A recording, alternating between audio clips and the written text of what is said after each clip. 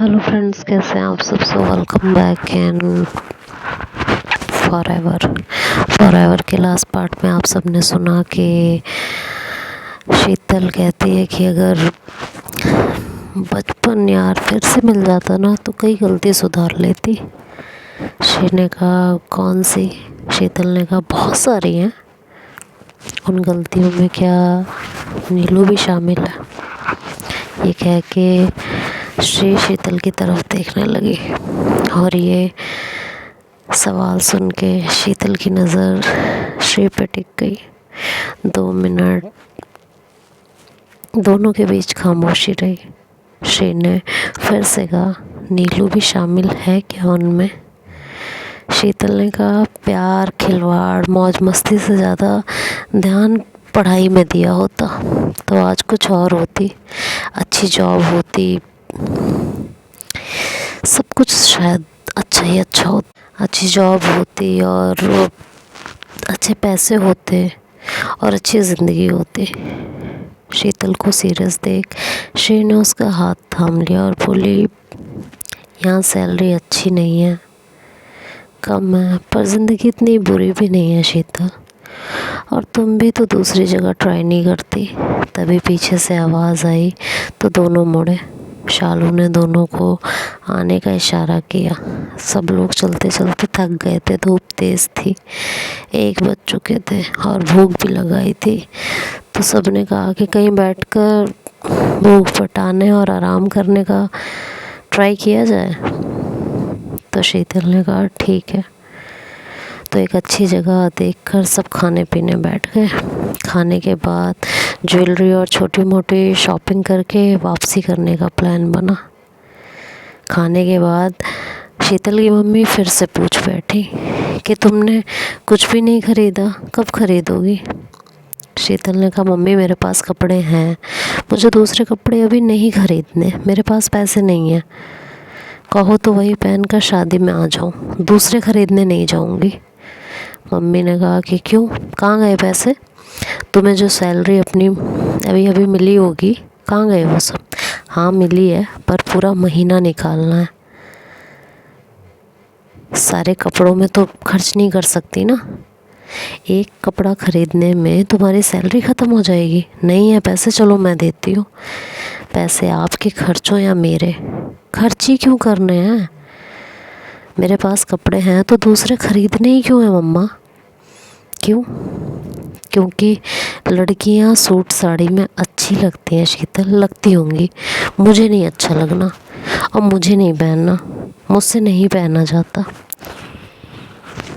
अभी शादी में क्या करोगी, जीन्स ही पहनोगी। हाँ नहीं, अगर शादी की तो जीन्स ही पहनूंगी।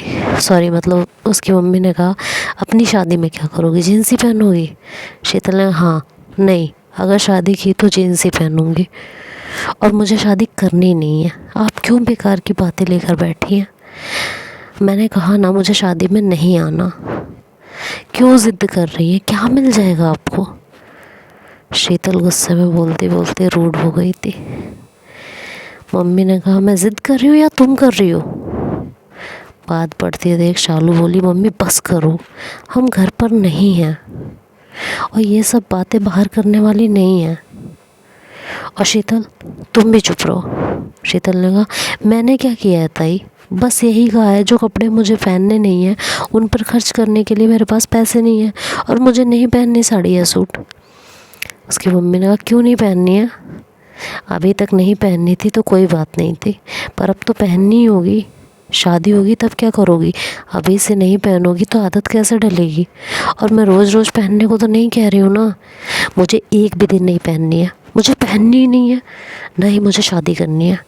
शीतल अब गुस्से और ज़िद में बोल रही थी। उसे गुस्से में देख अब श्री को डर लग रहा था।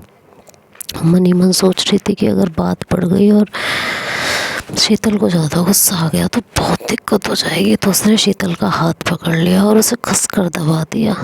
शीतल ने श्री को देखा तो श्री ने चुप रहने का इशारा किया। तभी प्रिया बोल पड़ी कि मम्मी की बात अगर मान लोगी या साड़ी पहन लोगी तो घिस नहीं जाओगी। शीतल ने कहा तुम तो चुप ही रहो, और मेरे और मम्मी के बीच में ना अपनी टांग ना घुसाओ तो अच्छा ही रहेगा। शालू ने तभी गुस्से में कहा तुम दोनों चुप हो जाओ, क्या तमाशा लगा रखा है। अब कोई नहीं बोलेगा, आसपास के लोग भी देख रहे हैं, सुन भी रहे हैं कि लोग कैसे लड़ रहे हैं।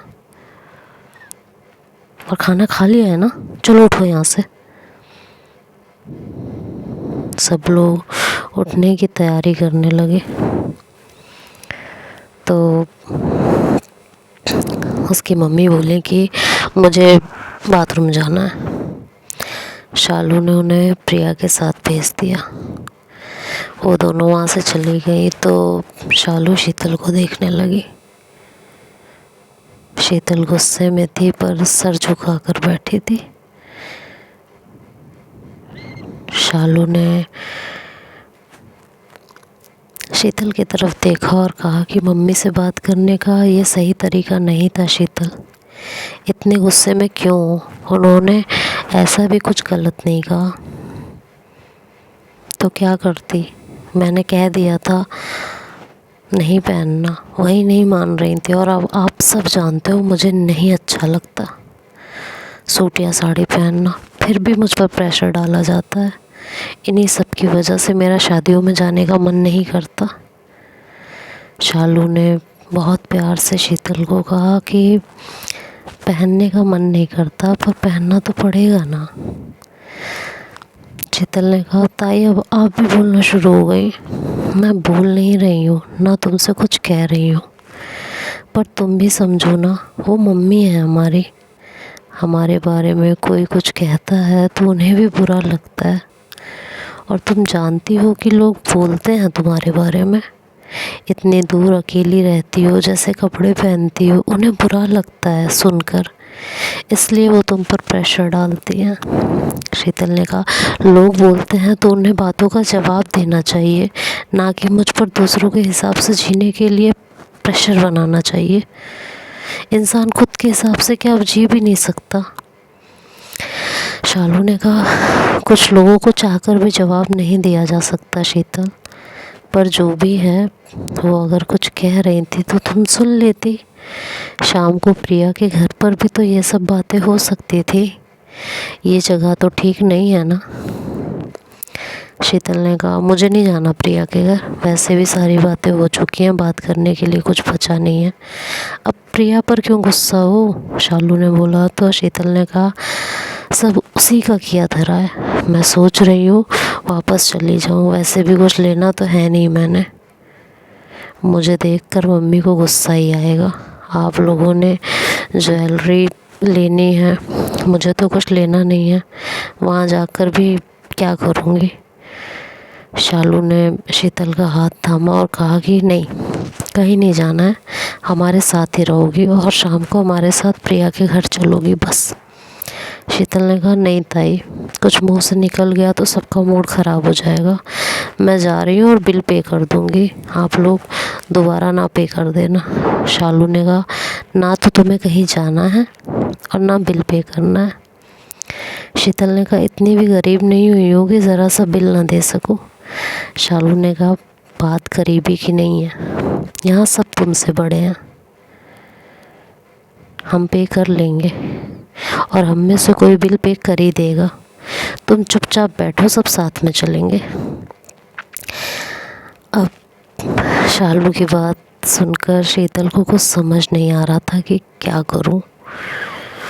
वो वहाँ रुकना भी नहीं चाहती थी और शालू ने उसका हाथ पकड़ रखा था, तो शालू का हाथ छुड़ाकर वहाँ से खड़ी भी नहीं हो पा रही थी। आखिर शीतल को इतना बेचैन देखकर श्री शालू से बोली कि ताई मुझे कुछ सामान लेना है, ज्वेलरी खरीदने पसंद करने में टाइम भी लगेगा, 1-1.5 घंटा तो लग ही जाएगा, तब तक क्यों ना मैं और शीतल मेरी शॉपिंग भी कर लें, नहीं तो लेट हो जाएगा और तब तक इसका मूड भी ठीक हो जाएगा, गुस्सा भी शांत हो जाएगा। श्री की बात सुनकर शालू कुछ देर दोनों को देखती रही और फिर पूछा कि तुम दोनों मिलोगे कहाँ, कहाँ ढूंढेंगे तुम दोनों को? श्री ने कहा यही 10-15 मिनट की दूरी पर शॉपिंग मॉल है, हम दोनों वहीं जा रहे हैं, आप भी सबको लेकर वहीं आ जाना। या तो हम दोनों एंट्रेंस पर मिल जाएंगे, और अगर एंट्रेंस पे ना मिले तो आप कपड़ों के सेक्शन में आ जाना, हम वहीं होंगे। शालू ने दोनों की तरफ देखा और कहा कि ठीक है जाओ। दोनों जाने लगते हैं तो शालू कहती है कि बिल पे मत कर देना। समझ में आया? बिल पे करने की कोई ज़रूरत नहीं है। शीतल ने कहा अगर आपको या मम्मी को बिल पे करना पड़े तो मेरे कमाने का क्या फ़ायदा, और प्रिया को मैं बड़ों में नहीं गिनती, कहकर वहाँ से दोनों निकल जाते हैं। शीतल बिल पे करती है और श्री की तरफ देखती है और कहती है कि थैंक यू वहाँ से बचा कर लाने के लिए। अब क्या करना है, घर जाओगी? श्री ने कहा नहीं, जहाँ बता कर आए हैं वहीं जाना है। और वहाँ क्या करेंगे? शॉपिंग, चलो आओ। शीतल ने कहा मुझे तो लगा तुमने ऐसे ही कह दिया था, ख़रीदना क्या है? श्री ने कहा चलो वहीं देख लेना। दोनों मॉल में आते हैं तो श्री कभी टी शर्ट उठा के ट्राई करती है, तो कभी जीन्स, कभी शर्ट देखने लगती है, तो कभी कोई सूट। 10-15 मिनट तक वो यही करती रही तो शीतल ने तंग आकर पूछ ही लिया लेना क्या है यार, पता होगी? श्री ने कहा देख रही हूँ, जो पसंद आ गया ले लूँगी। शीतल ने कहा तुमने कुछ लेना वेना नहीं है, यहाँ बस टाइम पास करने आई हो। श्री ने शीतल की तरफ देखकर कहा कि जब पता है तो क्यों बार बार पूछ रही हो? शीतल ने कहा क्या चल रहा है तुम्हारे दिमाग में? श्री ने कहा मेरे दिमाग में कुछ नहीं चल रहा, तुम्हारे दिमाग में जो चल रहा है वो कहो। शीतल ने कहा मेरे दिमाग में कुछ नहीं चल रहा है, मेरा दिमाग ख़राब हो रहा है और तुम उसे और ज़्यादा ख़राब मत करो प्लीज़। श्री ने कहा मुझे पता है तुम्हें गुस्सा आता है, पर इतने गुस्से में तुम्हें कभी नहीं देखा। और फिर श्री ने शीतल का हाथ पकड़ते हुए कहा कि क्यों हो इतने गुस्से में? अपनी मम्मी से कितना रूड बिहेव किया है तुमने, वो भी छोटी सी बात पर। शीतल ने कहा तुम्हें भी ये छोटी सी बात लग रही है? वो शादी में जाने के लिए कह रही हैं, वो भी उनकी पसंद के कपड़े पहनकर, और मुझे ये दोनों ही काम नहीं करने हैं। अब ये मत पूछना क्यों। श्री ने फिर भी कहा कि क्यों? शीतल ने कहा कि मना कर रही हूँ, मेरा दिमाग ख़राब मत करो, पर तुम्हें वही करना है। श्री ने कहा बता दोगी तो मन हल्का हो जाएगा, सारा गुस्सा ख़त्म हो जाएगा, जब मन की भड़ास निकल जाएगी फिर दिमाग भी ख़राब नहीं होगा। इसलिए बताओ जो भी चल रहा है तुम्हारे मन में, दिल दिमाग में, क्योंकि मेरे सिवा कोई पूछेगा नहीं, और अगर पूछेगा तो जैसे तुम बताओगी उस हिसाब से किसी को समझ नहीं आएगा और लड़ाई ऊपर से होगी। चलो शुरू हो जाओ, बताओ क्या हुआ है, क्या दिक्कत है, क्यों परेशान हो? शीतल कुछ पल श्री को देखती रही। श्री भी शीतल को देखती रही और कहा बोलो भी, क्या हुआ है? जो भी दिल में दिमाग में चल रहा है सब बोल डालो, इतना मत सोचो जितना सोच रही हो। समझ में आया? चलो चलो स्टार्ट हो जाओ। लेकिन शीतल बस खामोशी से श्री को देखती रही, उसने कुछ कहा नहीं।